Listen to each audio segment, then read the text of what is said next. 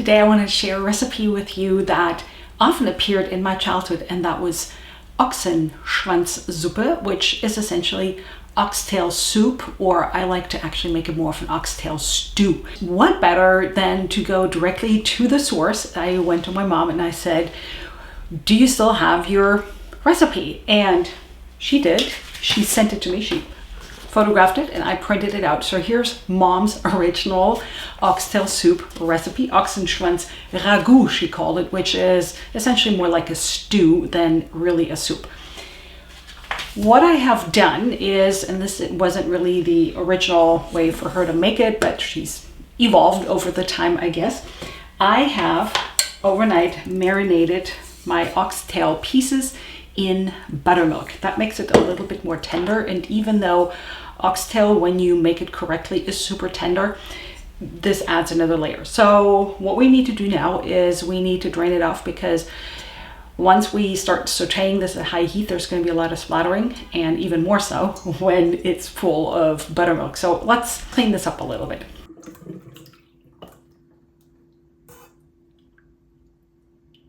Now let's dry those pieces off from the buttermilk, because there's still a lot on there.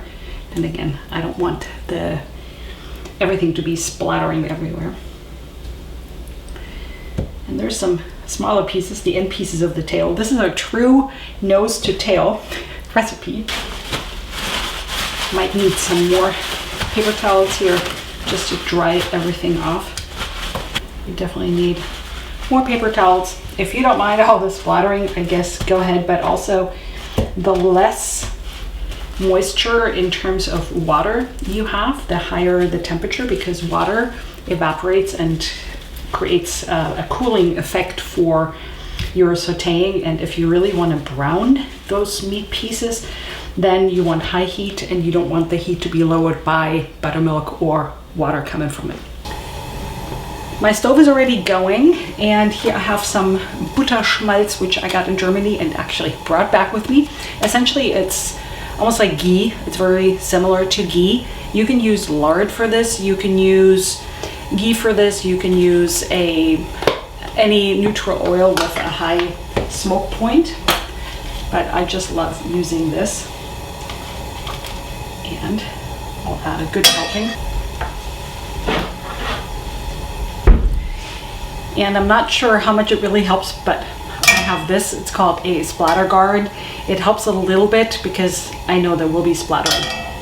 And on that note, I realized maybe I put on my apron. Again, you really want high heat here. So crank it up as much as you can. You can put this little guy in there and see what happens. Sounds pretty good.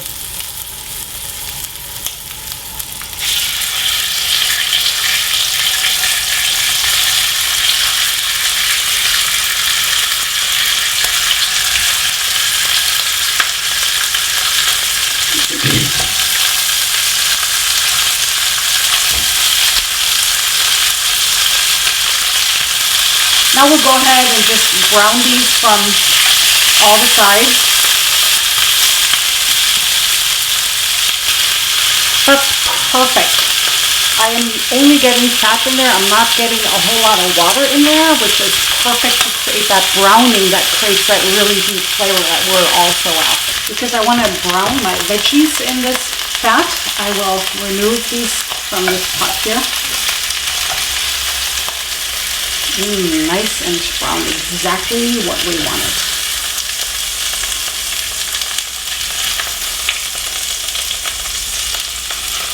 Give us that great flavor.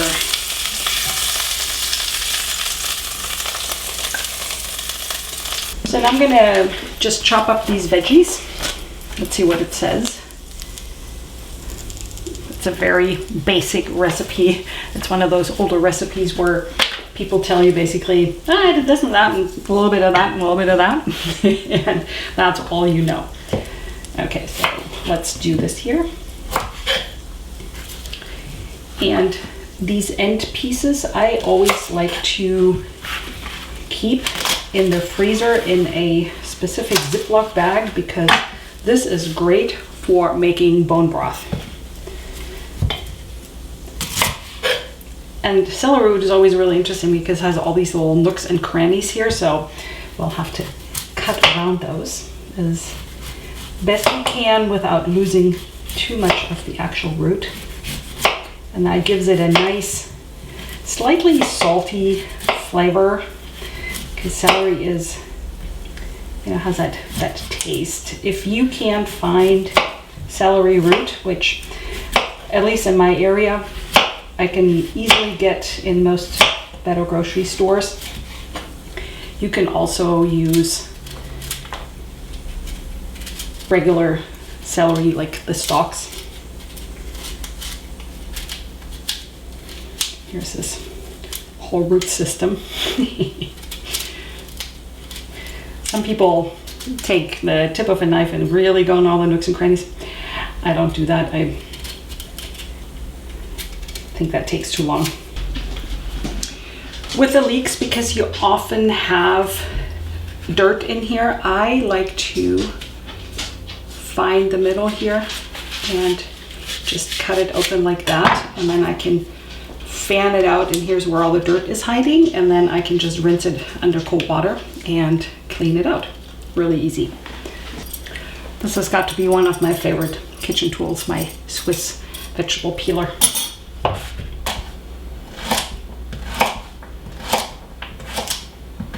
And while I'm reheating my cast iron pot here, this is my bag of peels and so forth where I'm going to add these other ones. And so next time I make bone broth from something, then I have this to flavor my bone broth.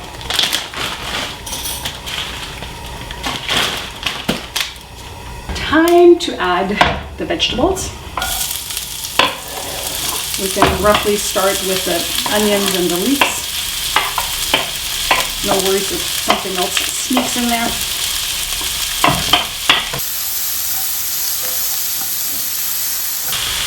And once these are a little soft and translucent, I can add my remaining vegetables.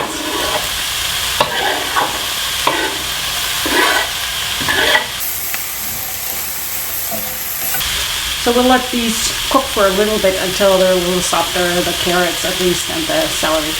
Here's some hot water that I'm gonna use to make the broth, the bouillon, and I always love the better than bouillon. Yes, and I know it's chicken. They do have a beef flavor that would have been a little bit more ideal for this recipe, but there's so much flavor in the oxtail that I'm not worried about using chicken instead of beef.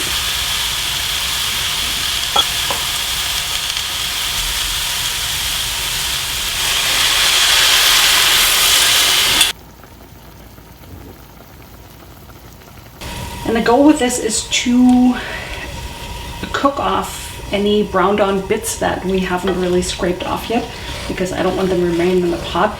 You could at this point theoretically add the oxtail pieces back to this pot, put a lid on, and braise it for 3 to 4 hours until this is all soft. But because I am always a little bit challenged with the light here in the winter when I'm making this recipe, I am going to cook these a little bit differently, which I'm going to show you in a second. Okay, so this is the fun part. This is the little bit of a challenge here. And this is my 1990s, I want to say, pressure cooker that my mom gave me when I moved into my first apartment. And it works absolutely amazing. It cuts down the cooking time of this from 4 hours to maybe 45, 55 minutes. And I will show you how to do this safely. If you have an old-fashioned pressure cooker like this, again, I'm going to show you how to do it. If you have an Instant Pot, you probably have a pressure cook function on there, and then I'm sure you know what to do with it.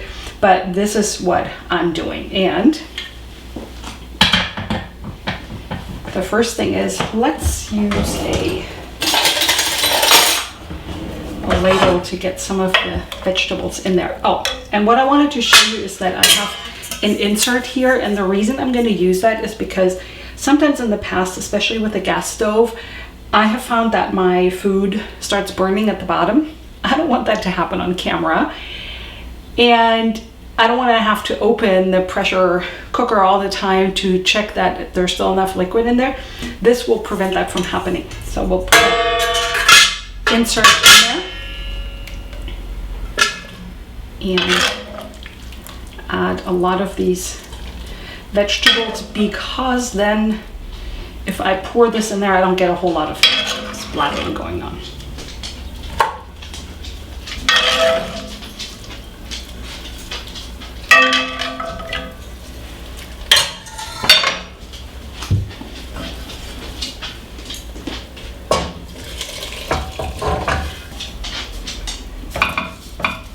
Now we'll add the meat.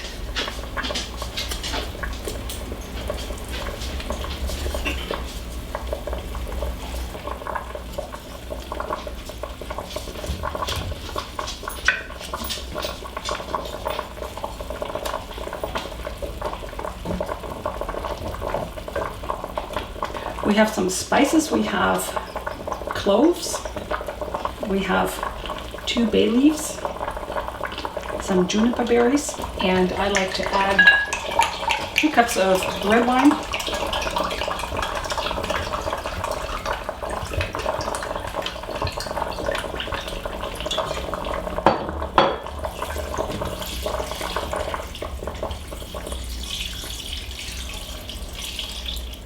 Everything is pretty nice in there, so now we'll add the lid. And we need this on pretty high here. And now we're just gonna let it cook for about 45 minutes, and then I'll give it a check and I'll meet you back here once the 45 minutes are up. So it's been 55 minutes and I'm gonna show you how you can safely open the pressure cooker. I'm gonna do that over my sink. There's a lot of pressure here, and the first thing I like to do is run cold water over about half of the lid. I guess my pot is singing. Let's see if we can stop that from happening. And then I have this little release button here, and I'm letting extra steam release until there's no more coming. And at this point, I can safely open the pressure cooker. All right, let's see what this looks like. I'm super curious. It looks like that meat is falling off the bones. Absolutely amazing. And now I'm gonna add some tomato paste. I like to do that after the cooking. A good splash of vinegar. And I have a big mother in here. A little bit of salt. And some pepper. Fresh ground is always best. The tomato paste will give it a nicer, redder color. And add a little bit of acidity and some gentle sweetness to this. So why is oxtail soup so good? Well, first of all, it's full of the connective tissue in the tail of the cow. And when you cook that down, it turns into this collagen that we're also after. But it's also rich in B vitamins and has really a lot of benefits, a lot of health benefits. And I'm all for nose to tail and using as many parts of the cow that we can. You can simply serve it like this. I like to make it a little bit easier on my dinner guests, and when this is a little bit cooled down, peel the beef off, the meat off of the bones, so that people don't have to suckle that at the table. But yeah, and then how do you serve it? Basically, with the classic way is either regular boiled potatoes or mashed potatoes, which is my favorite way because then you can really sop up all those juices. And you can also use a pasta like a fettuccine or pappardelle or something like that, where you have a lot of surface for your oxtail stew. Thank you so much for watching. If you enjoyed this video, please hit the like and the subscribe button. And if you would like to share it with somebody, that would be amazing. And I'm also going to leave you a link below where you can subscribe to my newsletter so you can get more recipes just like that straight to your inbox. And I'll see you in the next video.